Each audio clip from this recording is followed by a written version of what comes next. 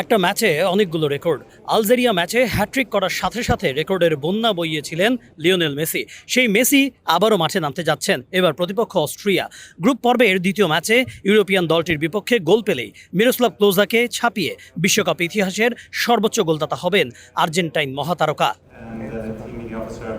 Target আছে আর্জেন্টিনার সামনেও। অস্ট্রিয়াকে হারাতে পারলে আগেই নকআউট নিশ্চিত করবে বর্তমান চ্যাম্পিয়নরা। কিন্তু এই ম্যাচের আগে কতটা সিরিয়াস আর্জেন্টিনা?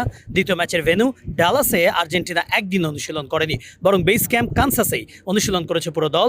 ডালাসে এসে হেড কোচ স্কালোনি বললেন, কানসাসে বসেই এবার সাফল্যের গল্প লিখতে চায় তার দল। অস্ট্রিয়া অত্যন্ত কঠিন এক প্রতিপক্ষ এবং তাদের দলে বেশ কয়েকজন দুর্দান্ত খেলোয়াড় রয়েছে। তারা খুব ভালো প্রেসিং ফুটবল খেলে এবং চমৎকার কোয়ালিফাইং পর্ব পার করে এখানে এসেছে। কোনো সন্দেহ নেই যে এটি একটি কঠিন ম্যাচ হতে যাচ্ছে। হিউস্টনে রকিং টেস্টি, সীমানা ছাড়াও নিজেকে হারাও। অস্ট্রিয়া ম্যাচের একদিন পরই ৩৯ বছরে পা দিতে যাচ্ছেন ফুটবল জাদুকর লিওনেল মেসি। দলের সবচেয়ে বড় তারকার জন্মদিন নিয়ে স্কালোনি দিলেন আবেগঘন বার্তা। আমি শুধু এটুকুই চাই যেন লিউ সবসময় সুখী থাকে।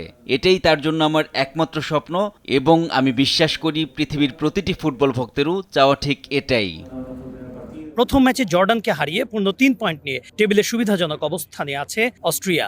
আর্জেন্টিনাকে হারাতে পারলে নকআউট পর্ব নিশ্চিত করবে তারাও। সাথে ঘটতে পারে আপসেট। তবে অস্ট্রিয়ার চিন্তা হতে পারে ডালাসের ৪০ ডিগ্রি সেলসিয়াস তাপমাত্রা। যদিও এমন কোনো আপসেট চান না স্কালোনি। এই বিশ্বকাপে কোনো ম্যাচই সহজ নয়। আমরা প্রতিটি ম্যাচই খুঁটিয়ে দেখার চেষ্টা করছি। এটি দারুণ এক অভিজ্ঞতা। এখান থেকে অনেক কিছু শেখা যায় এবং সবচেয়ে বড় কথা, আমরা খেলাটি উপভোগ করছি। ফুটবলে আর্জেন্টিনা ও অস্ট্রিয়া এর আগে মাত্র দুবার মুখোমুখি হয়েছিল, যেখানে আর্জেন্টিনার পাল্লা ভারী, একটি জয় ও একটি ড্র নিয়ে।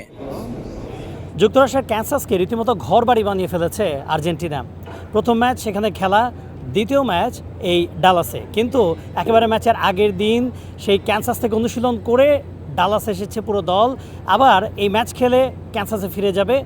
আবার নিজেদের গ্রুপের যে শেষ ম্যাচ সেটিও ডালাসে হওয়ার আগে আবার ক্যানসাসে চলে আসবে পুরো দল। অর্থাৎ পুরো আর্জেন্টিনা দল একেবারে ক্যানসাসে যেভাবে নিজেদেরকে গড়ে তুলছে, সেটা অনেকের কাছে রহস্য, বিশ্ব মিডিয়ার কাছে রহস্য। আসলে কিভাবে পুরো দল একটা বন্ডিং তৈরি করেছে, কিভাবে একটা দল নিজেদেরকে প্রতি ম্যাচের জন্য প্রস্তুত করছে। যদি স্কালোনি সেই তথ্যটা গোপন রাখছেন এবং বারবার বলছেন যে এবারে চ্যাম্পিয়ন হওয়ার জন্য যা যা করা দরকার সব করবে তার দল। কনক মাহমুদ, দেশ টিভি, ডালাস, ইউএসএ।